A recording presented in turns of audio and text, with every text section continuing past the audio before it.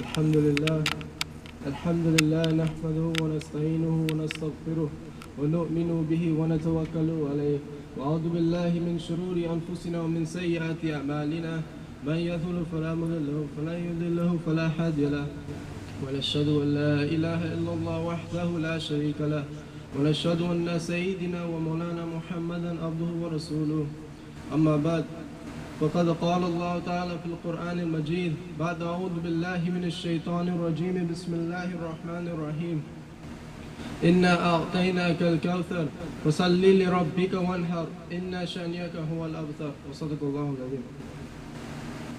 I bear witness that there is no God but Allah and that Prophet Muhammad sallallahu alaihi wasallam is his last and final messenger.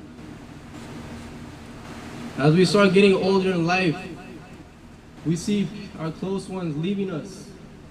As we go into the Qabristan, we see people passing away. People who are younger than us, people who are older than us. This should be a reminder for every single one of us that all of us have to leave this world one day. The creation of Allah subhanahu wa ta'ala is such a blessing. It shows a sign of a blessing that Allah subhanahu wa ta'ala can do anything. Allah subhanahu wa ta'ala has created every single thing in this world. There's not one thing in this world that happens without the permission of Allah subhanahu wa ta'ala. When a rain drops, when a rain comes down, it comes with the permission of Allah subhanahu wa ta'ala. That same Allah subhanahu wa ta'ala that is controlling the Mount Everest is the same Allah that's controlling that sand at the beach. That Allah who's controlling the tornadoes that are happening throughout wherever it's happening is the same Allah who's controlling the wind that's coming out of the fan. Everything is in the command of Allah subhanahu wa ta'ala.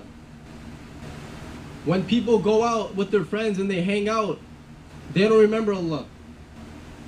When people go watch movies, when people do these types of things, when they go out into the world, they don't remember Allah. But once when they lay on their deathbed, that's when they remember Allah. They start remembering what is going to happen to me. Am I going to go into Jannah or am I going to go into Jahannam? That's when people start realizing the realization of life. Allah subhanahu wa ta'ala didn't make us to come into this world just to enjoy.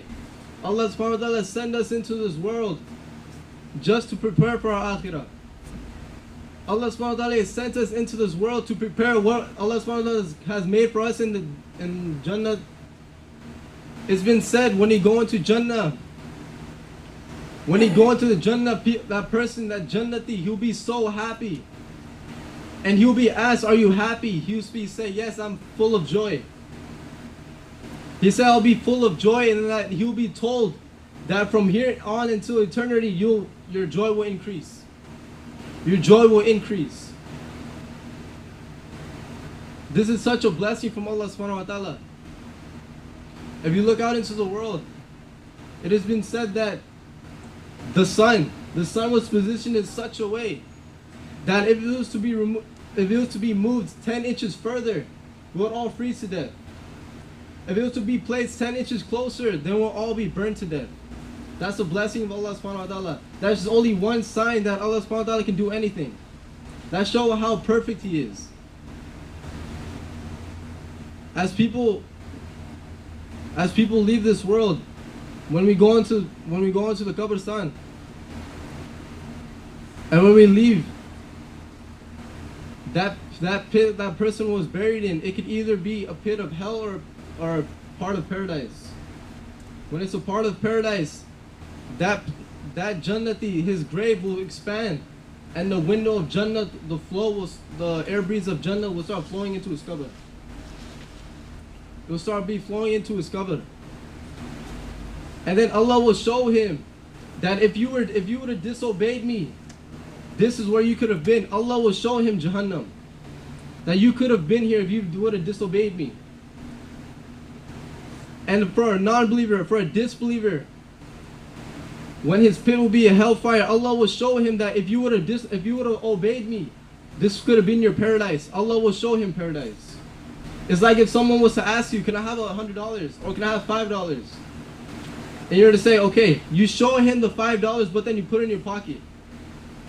It's worse than telling that person, I don't have $5. Because you showed you have $5 and you put it in your pocket and you said, I don't have $5. Allah will show you that you have Jannah. This could have been your Jannah, but you will not receive it. You will not receive it. Because of the amal that you've done in this dunya. Every single amal that we do in this dunya, it will be held accountable on the day of Qiyamah.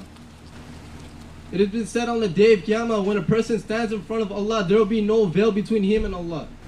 It's been said that just like how you see the full moon at night, that's how it will be when you see Allah subhanahu wa ta'ala. There will be no veil between you and Allah. And for every single thing that you have done, you'll be held accountable for it. Allah will ask you, on this day you did this, why did you do this? Then Allah will ask you. If I was to ask any single one of us,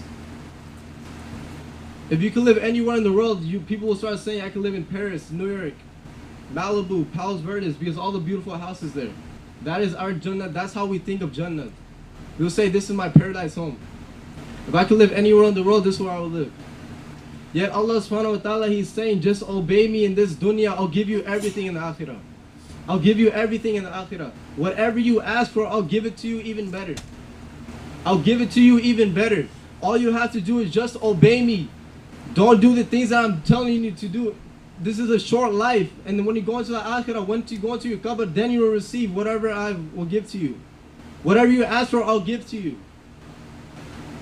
Astaghfirullah li wa lakum wa lisa'il muslimin fastaghfirullah.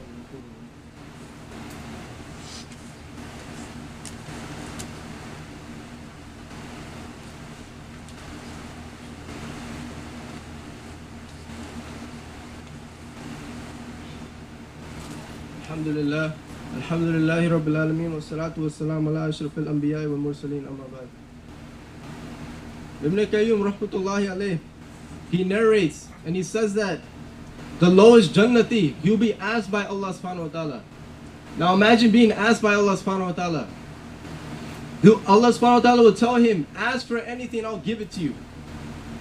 If I was to ask you 1 minute, you have 1 minute to tell me whatever you want, you'll be granted for it.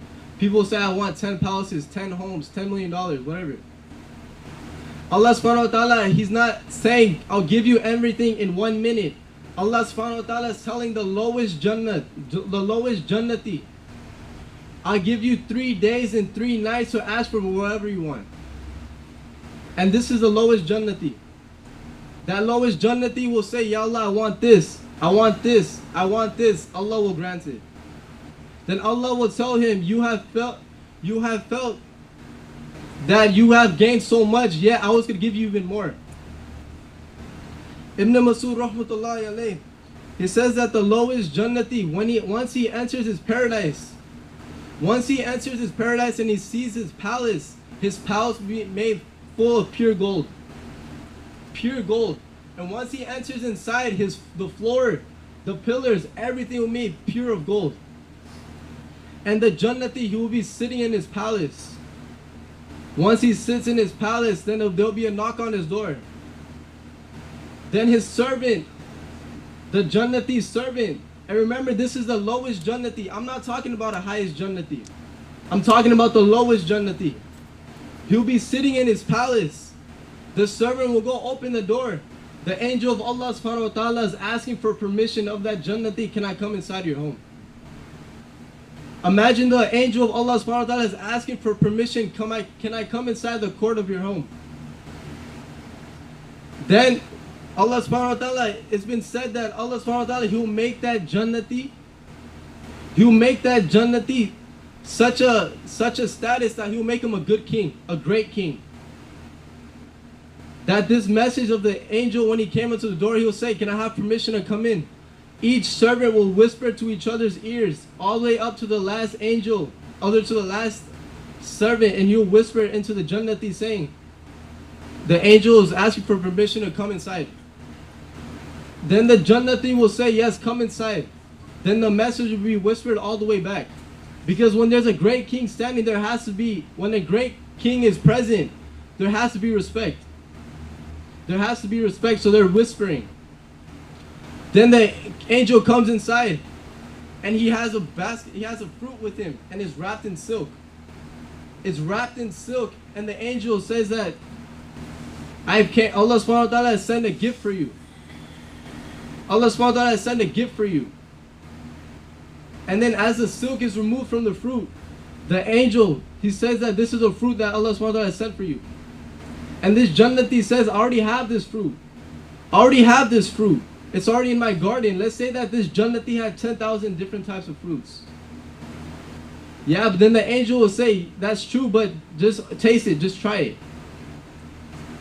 As the angel say, just try it, it's been said that Allah subhanahu wa ta'ala, even though He has 10,000 different types of fruits, Allah subhanahu wa ta'ala made every single one of those fruits into that one fruit. Every time when He takes a bite, He will taste all those 10 different types of fruits in that one taste. He will start realizing this is this fruit, this is this fruit, this is this fruit.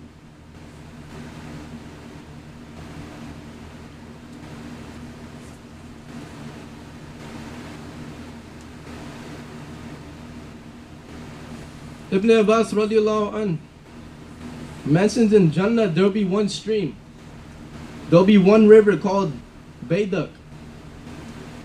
And this stream is such that that the dome is made out of sulfur, of sapphire. And under that sapphire are the maidens of Jannah. They'll be sitting there. And the men of Jannah, they'll say to each other, let's go take a walk into Jannah. Let's go take a walk to Baydak.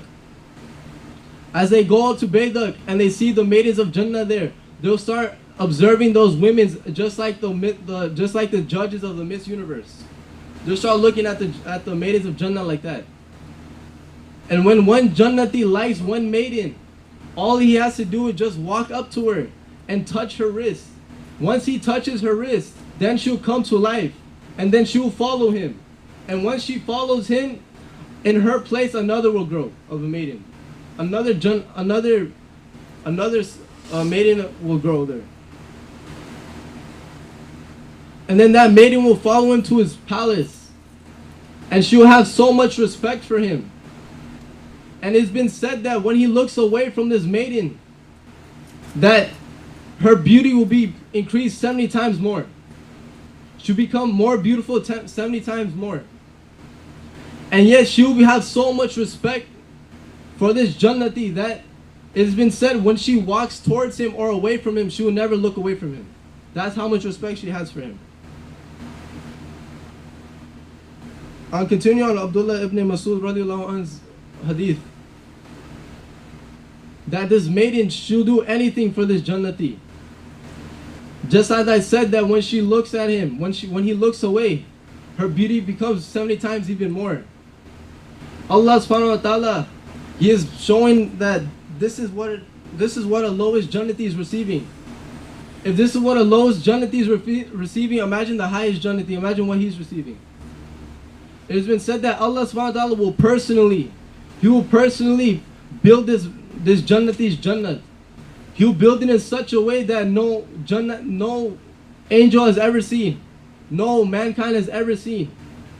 Allah subhanahu wa ta'ala, He'll put so many palaces in there, so many fruits, so many benefits in there, that after He finished building it, then He will seal it up. May Allah subhanahu wa ta'ala give us all the tawfiq to practice upon whatever has been said. ربنا آتنا في الدنيا حسنة وفي الآخرة حسنة وقنا عذاب النار وأقم الصلاة.